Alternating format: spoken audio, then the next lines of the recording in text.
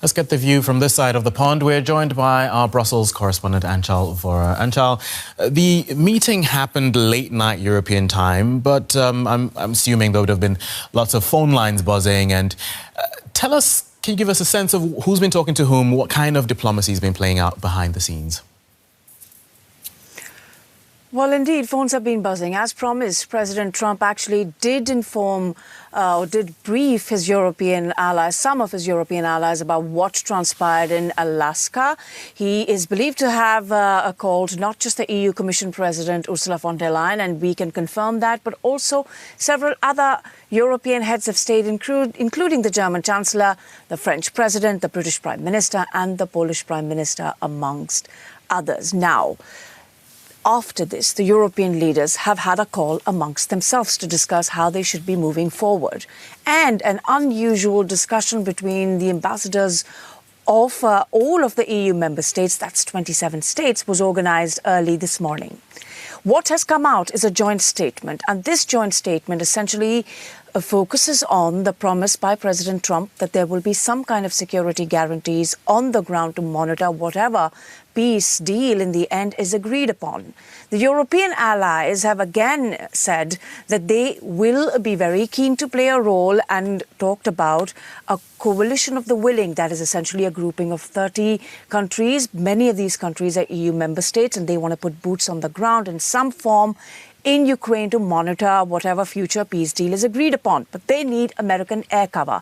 It remains to be seen whether the US president has categorically mentioned any such security guarantee or not. But there are two other critical parts of this joint statement, and I'll quote, no limitations should be placed on Ukraine's armed forces or on its cooperation with third countries, and Russia cannot have a veto against Ukraine's pathway to EU and NATO. Now, this is critical because is Putin going to accept continued cooperation between the Europeans and the Ukrainians when it comes to defense?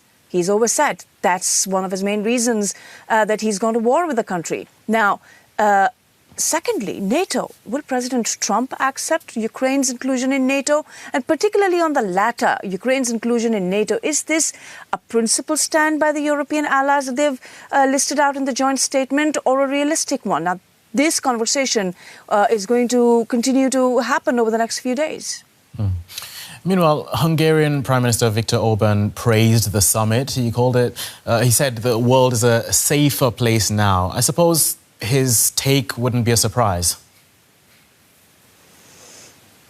Well, definitely not. What he's trying to say is, in Europe, there has been, of course, concern broadly over war. Europeans are largely anti-war. So a lot of politicians, for their own gain, sometimes, they pop up and they say they're pro-peace and hence there should be no war, not really looking at the reasons of this, of European engagement in this war, which essentially is Russia had invaded Ukraine, a sovereign state. What Mr. Orban is trying to do is what he always tries to do. He is a Russia sympathizer, a supporter of President Putin, and he's also trying to cozy up to President Trump. He's been ignored lately by President Trump, and from my conversations with analysts, it seems he's just trying to be relevant again. Is the world a safer place if two nuclear-armed powers talk to each other? Yes, it is. But in this context, the world is a safer place, at least in European view, if there is a ceasefire and if Russia agrees to one. And how far away is a trilateral meeting between US, Russia and Ukraine?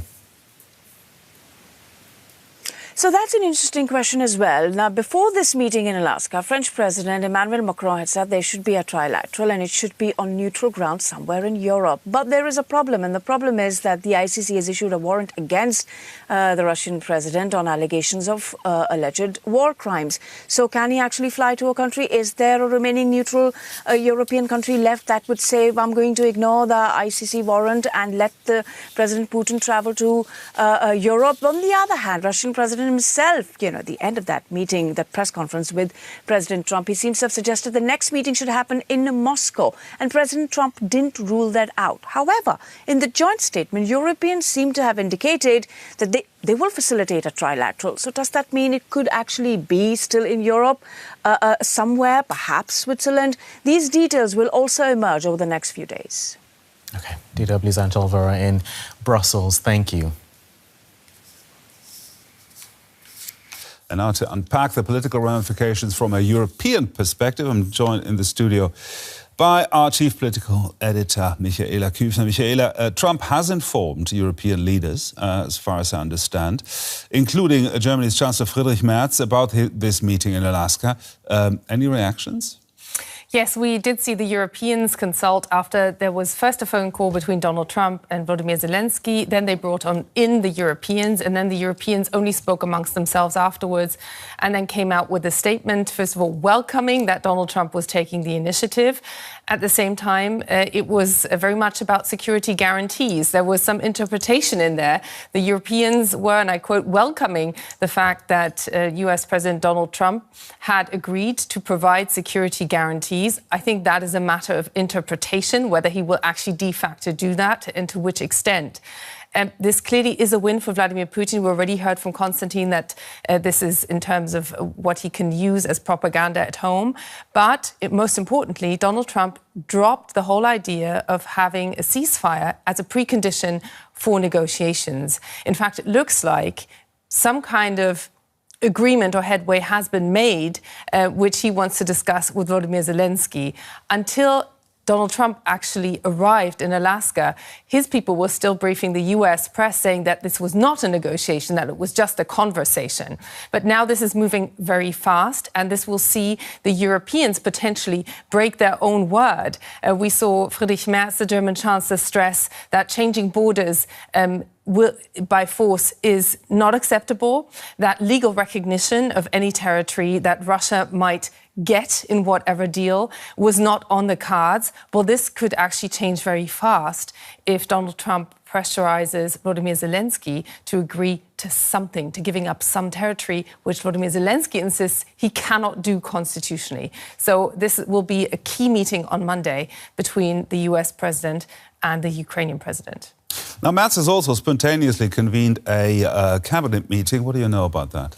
Yes, he essentially briefed his own cabinet about the outcome, both of the debriefing with Donald Trump and Volodymyr Zelensky, but also the European partners. So he was bringing his own government on the same page. He's in a coalition with the Social Democrats, who are seen as being more understanding, let's say, of the Russian side in the past.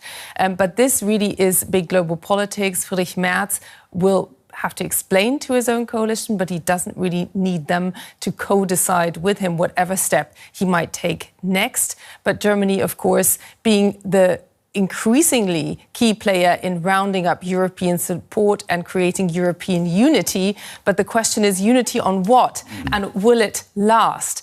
Will the firm stance that the Europeans took ahead of this key meeting on Friday between Trump and Putin actually still stand once we learn what Donald Trump agreed with Putin behind closed doors? Now, what are the next steps then from Merz and the other EU leaders, and who are the possible detractors?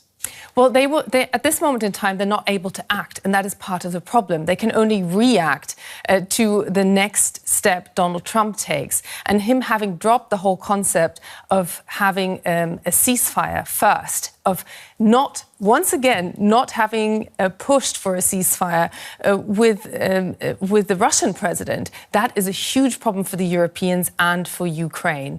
And here they will have to take a very careful consideration what they say next, because the Europeans need American security guarantees just as much as the Ukrainians need them.